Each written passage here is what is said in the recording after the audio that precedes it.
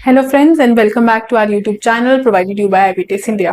जैसे कि आप जानते हैं ये एक हमारी सीरीज चल रही है जो हमने specifically GK of Himachal Pradesh को कवर करने के लिए स्टार्ट किया है।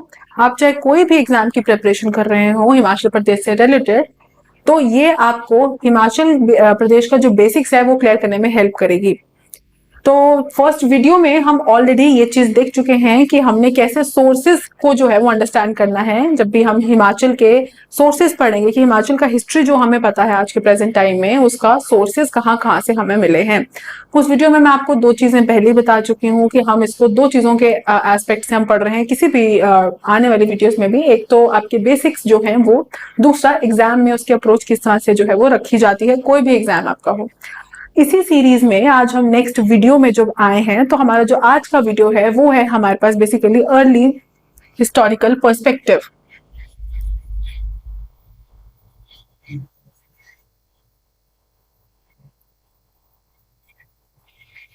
जो अर्ली हिस्टोरिकल पर्सपेक्टिव है उसमें आज हम ये देखेंगे कि पहले लोग जो सबसे पहले हिमाचल में आए वो कौन थे, फिर कौन है, फिर कौन है, और किस तरह से जो है लोगों का इनहैबिटेशन या सेटलमेंट यहाँ पे होना स्टार्ट हुआ। उसको समझने के लिए आपको थोड़ा सा एंशिएंट इंडिया वाले पोर्शन में जाना पड़ सकता है, थोड़ा सा आपको चीजों को कनेक्ट करना पड़ सकता है। मैंने आपको पहले ही बताया कि history is all about linking things, आपको चीजें बस लिंक करते जानी है। वहीं से आपको बिगिनिंग देखना है, ओरिजिन कहाँ से हो रहा है, वहीं से आपको एंडिंग देखना है, कहाँ से वो डायनेस्टी एंड हो रही है या कम्युनिटी एंड हो रही है। किसी न किसी डायनेस्टी या फिर कोई ना कोई कम्युनिटी का एंड होगा तो कोई ना कोई नई कम्युनिटी जो है वो आपकी डेफिनेटली वहां बिगिन होगी। बस आपको वो लिंक्स को अंडरस्टैंड करना है, and that too with the time chronology. This is all about the understanding of history. ये चीजें हम पहले बात कर चुके हैं। चलिए, तो अब यहाँ पे जब हम अर्ली हिस्टोरिक पर्सपेक्टिव की बात करते हैं तो इसको और इजी तरीके से समझने के लिए चलिए हम इसको समझ लेते हैं थ्रू मैप ऑफ इंडिया से। अगर हम मैप ऑफ इंडिया से इसको समझेंगे तो आपको और ज्यादा परफेक्ट तरीके से चीजें समझ में आएंगी कि एक्चुअल में किस तरह से जो है आपके डिफरेंट डिफरेंट ट्राइब्स या लोगों ने या कम्युनिटीज बोल लीजिए, उन्होंने किस तरह से आपका जो है वो एंटर किया है।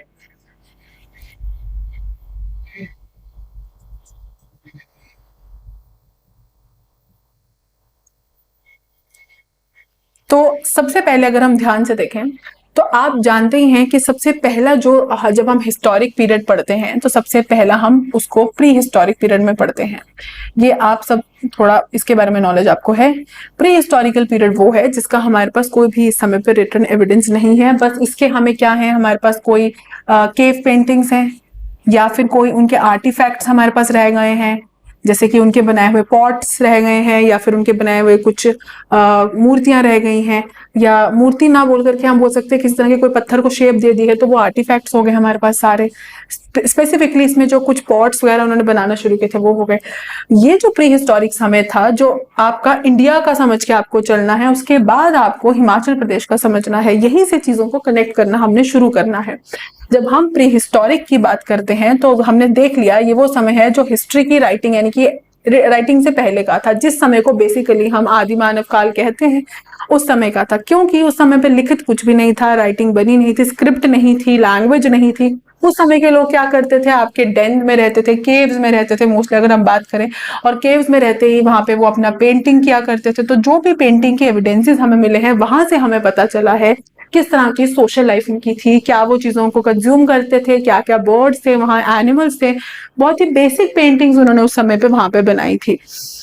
यही चीज का कॉन्सेप्ट आपको जो है उसको यहाँ पे लगाना है। तो सबसे पहले जो लोग आपके हिमाचल हिल्स की तरफ को आए थे वो लोग आपके प्री हिस्टोरिक पीरियड से आए थे। अब ये प्री हिस्टोरिक पीरियड के वही आदि मानव लोग थे। इन्होंने क्या किया, सबसे पहले थ्रू आउट वर्ल्ड अगर आप इमेजिन करेंगे तो डिफरेंट डिफरेंट एरियाज में वो थे। सबसे पहले इंडिया में वो आपके साउथ इंडिया वाले रीजन में आए थे और यहाँ पे उन्होंने जंगलों में रहना शुरू किया था। तो आपका सेंट्रल इंडिया वाला रीजन हो गया या साउथ इंडिया, यहाँ पे बेसिकली उन्होंने पहले रहना शुरू किया था। इसका भी एक कारण है, इसका कारण ये इसलिए है क्योंकि पहाड़ी इलाके में आप जानते ही हैं ये हमारे पास हिमालयाज हैं। हिमालयस को पेनिट्रेट करना टफ था, कंपैरेटिवली टेरेन टफ रहती है, यहाँ की एरिया टफ रहती है, इसलिए यहाँ पे किसी भी जाति को पहले या किसी भी कम्युनिटी को यहाँ बसना मुश्किल लगता था। आसान एरियाज ये प्लेन एरियाज हैं जहां पे आसानी से जो है खुले मैदान मिल जाते हैं, पानी का इजी एक्सेस मिल जाता है, और जानवर जो वो हंट करके कंज्यूम करते थे, खाते थे, वो भी इजीली मिल जाता था। इसलिए सबसे पहले यहाँ पे लोग रहना शुरू हुए थे।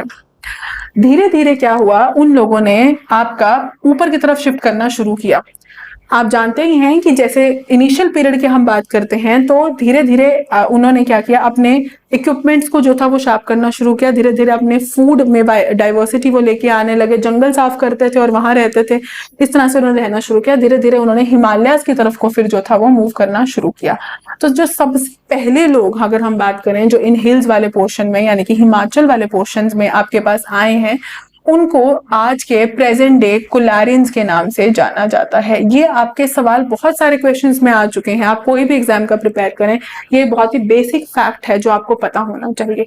यानी कि हिमाचल प्रदेश में अगर कोई पहली कम्युनिटी आई है तो उसको हम कुलेरियंस के नाम से जानते हैं। अगर मैं आपको और स्पेसिफिक बताऊं कुलेरियंस के बारे में, तो कुलेरियंस जो हैं ये वही लोग हैं जिनको हम और डिफरेंट नेम से भी बोलते हैं, जैसे कि हालीज, डोम्स, चनाल्स के नाम से भी हम इनको बोलते हैं। इस पर बेस्ड भी बहुत सारे आपके क्वेश्चंस बन जाते हैं। तो कुलेरियन पीपल वो लोग हो गए जो आपके प्री हिस्टोरिक के थे, मोस्टली इस रीजन में रहते थे और फिर वहां से वो शिफ्ट होकर के यहाँ आए थे। अगर हम सेकंड ग्रुप ऑफ कम्युनिटी की, अब कुछ समय तक इन्होंने यहाँ पे रहा, सेकंड कम्युनिटी की अगर हम बात करते हैं तो वो आपके पास जो सेकंड टाइम आए थे वो थे आपके पास मंगोलॉइड पीपल, यानी कि जो मंगोलिया वाले रीजन से आए थे। आप जानते हैं यहाँ पे आपका पूरा का पूरा बॉर्डर है, चाइना तिब्बत, ये वाला तिब्बत चाइना, उसका आपके पास ये आ जाता है मंगोलिया वाला रीजन। तो इस तरह से ये मंगोलॉइड लोग थे। ये भी आपका पैस्चर्स, लैंड, एनिमल फीडिंग, इस सब की खोज में जो थे इन एरियाज में आए थे। तो सेकंड कम्युनिटी जो आपकी हिल्स में पेनिट्रेट की थी वो आपके पास मंगोलॉइड थी। इस पर भी बेस्ड सवाल आपको आसानी से जो भी एग्जाम का प्रिपेयर कर रहे हैं आपको मिल जाएंगे। आगे चलते हैं, हम टाइम पीरियड को भी यहाँ पे ध्यान रख रहे हैं अगर आप देखें, क्योंकि हमने अभी प्री हिस्टोरिक से स्टार्ट किया था और फिर अब हम आगे वाले टाइम पीरियड में आते जा रहे हैं। अब आपने एक सभ्यता के बारे में सुना है, सिंधु घाटी सभ्यता, आईवीसी, इंडस वैली सिविलाइजेशन। ये जो सभ्यता है ये पहली ऐसी सभ्यता, ये सिविलाइजेशन बनी जिसने लिखना शुरू किया और बहुत ही स्टैंडर्ड तरीके से घर बनाना शुरू किया, रहना शुरू किया, ग्रेनरीज बनाना शुरू किया। तो ये वो सभ्यता थी पहली। जनरली इसका जो टाइम पीरियड लिया जाता है वो 2500 टू 1500 बिफोर क्राइस्ट जो है वो कंसिडर किया जाता है। जब हम इस टाइम पीरियड में आएंगे तो आपको ये चीज यहाँ से समझ में आएगा कि आईवीसी के पैरेलली ही जो थे ये लोगों ने भी यहाँ पे मूव करना शुरू किया था। इंडस वैली सिविलाइजेशन की बहुत सारी साइट जो है वो आपको मिल जाएंगी, जो अभी कुछ प्रेजेंट डे पाकिस्तान में है, कुछ इंडिया में है, इस तरह से बहुत सारी मिल जाती हैं। क्योंकि ये चीजें अभी करंट अफेयर्स में भी चल रही थी तो ये चीजें बेसिक्स हैं, ये आपके बेसिक्स क्लियर होने चाहिए। जैसे हम आगे टाइम सीक्वेंस में, क्रोनोलॉजी में आगे बढ़ते हैं तो आपको पता चलेगा कि जो हमारे पास इनके बाद जो लोग आए थे वो थे आपके पास आर्यंस। अब आर्यंस कौन थे? बेसिकली आर्यंस वो लोग थे जो आपके सेंट्रल एशिया वाले पोर्शन से आए थे।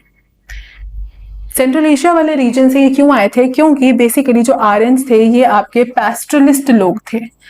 पैस्टरलिस्ट जो लोग रहते हैं उनको सबसे ज्यादा जरूरत किस चीज की रहती है? ग्रासलैंड्स की।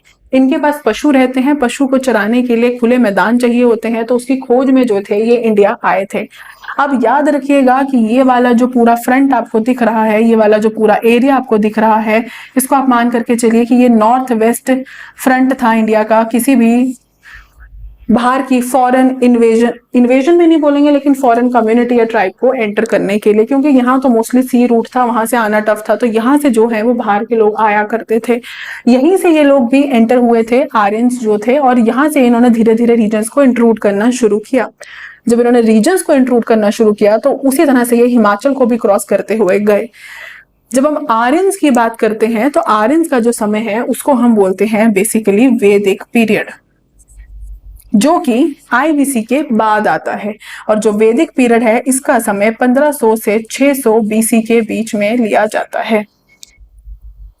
अब जो वैदिक पीरियड आपका है, वैदिक पीरियड को हम दो पार्ट्स में डिवाइड करते हैं, ऋग वैदिक एंड लेटर वैदिक। अब ये मैं आपको इसलिए बता रही हूँ क्योंकि इसका रेलेवेंस हिमाचल से भी है।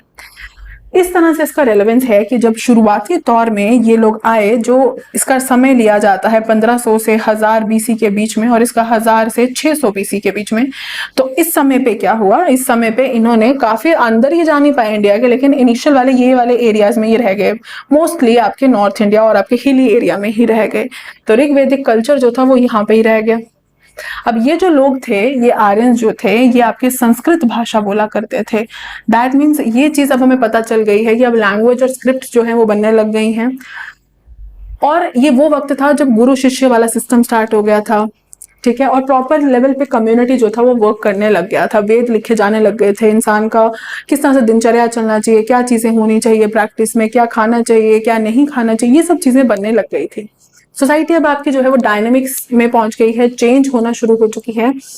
इसी के साथ आपका जो था वो लेटर वैदिक पीरियड जब इसके बाद आया, तो लेटर वैदिक पीरियड में क्या हुआ, आपके पास आयरन का काफी सारा यूज होना शुरू हो गया, आयरन के औजार बनने लग गए। आयरन के औजार ताकतवर थे, मजबूत थे, जिसकी वजह से अब खेती बाड़ी करने के लिए जो इंस्ट्रूमेंट्स या जो इक्विपमेंट्स बनते थे वो भी अच्छे बनने लग गए। तो जाहिर सी बात है कि लेटर वैदिक पीरियड में कल्टीवेशन यानी कि एग्रीकल्चर भी इंप्रूव हुआ होगा, और इन लोगों ने आगे की तरफ शिफ्ट करने का भी डिसाइड कर लिया था, क्योंकि अब जैसे जैसे ये आगे बढ़ रहे थे, फॉरेस्ट क्लियर करना, जंगल क्लियर करना आसान था। अब जानते ही हो, इधर जो है आपके पास इंडो गंगेटिक रीजन है। ये जो इंडो गंगेटिक रीजन है ये बहुत ही फेमस रीजन है, क्योंकि ये आपकी गंगा नदी ने इसको सींच के रखा है, और ये रीजन बहुत ही फर्टाइल है एग्रीकल्चर के पॉइंट ऑफ व्यू से। बहुत सारी लड़ाइयां जो हैं किसी वक्त में हिस्ट्री के, वो इसी रीजन को कंट्रोल करने के लिए भी हुई हैं। तो आर्यन जो थे वो लेटर वैदिक पीरियड को हम इसलिए स्टडी करते हैं उनका, क्योंकि उस समय इन्होंने आगे की तरफ को अप्रोच करना आपका स्टार्ट किया था, और अप्रोच करते हुए उन्होंने इस एरिया को धीरे धीरे कवर भी करना स्टार्ट हो गया था। अब आप देख रहे हैं, मैंने आपको पहले ही बता दिया था कि जब भी आप हिस्ट्री पढ़ें आपको कुछ एस्पेक्ट्स को साथ साथ में लेकर के चलना है। जैसे कि आपने यहाँ पे भी देख लिया आपका सोसाइटी किस तरह से चेंज हुआ। पहले लोग खाली केव्स में रह रहे थे, दूर दूर कहीं रहते थे इस वाले पीरियड में। जैसे कि हम आईवीसी में हमने क्या देखा कि सोसाइटी अब थोड़ी सी पास आने लग गई है, लोग जो है साथ साथ में रहने लग गए हैं। उसके भी आगे वाले टाइम पीरियड में हम वैदिक पीरियड में चले तो हमने देखा उन्होंने घर बनाना शुरू कर दिया, पाठशाला बनानी शुरू कर दी, पढ़ना लिखना शुरू कर दिया। इस तरह से सोसाइटी भी शिफ्ट हो गया। आपको इसी चीज पर बेस्ड इकोनॉमी को भी समझना है कि पहले इकोनॉमी तो कुछ भी नहीं थी, जब केव्स थी तो कुछ नहीं था। धीरे धीरे आपके पास आपने देखा आईवीसी था तो कुछ इकोनॉमिक सिस्टम होगा, इसीलिए उस तरह से घर बन रहे थे, लेकिन उनका क्लियर नहीं है।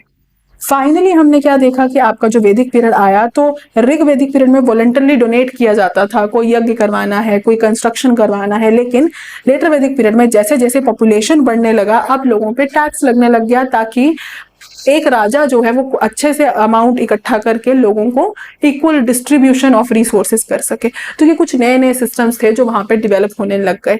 अगर इस तरह से आप चीजों को समझते हैं तो जरूरी नहीं है कि आपको सब चीजें खुद से बुक से ही पढ़नी है या किसी भी सोर्स को रेफर करके पढ़नी है।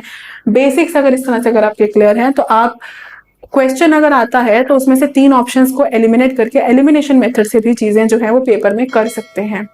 हमारी सीरीज का यही ट्राई है, हमारी यही कोशिश है कि हम आपको या तो डायरेक्ट बेसिक्स के ऊपर डायरेक्ट आपका क्लैरिटी लेकर आ जाएं, नहीं भी वो हो पाता है तो एटलीस्ट आप इस लेवल तक कर पाए कि आप एलिमिनेशन मेथड से 3 ऑप्शन एलिमिनेट करके भी सही आंसर निकाल सकें। तो आई होप ये वाला टॉपिक आपको अच्छे से समझ में आ गया होगा, and thank you for watching.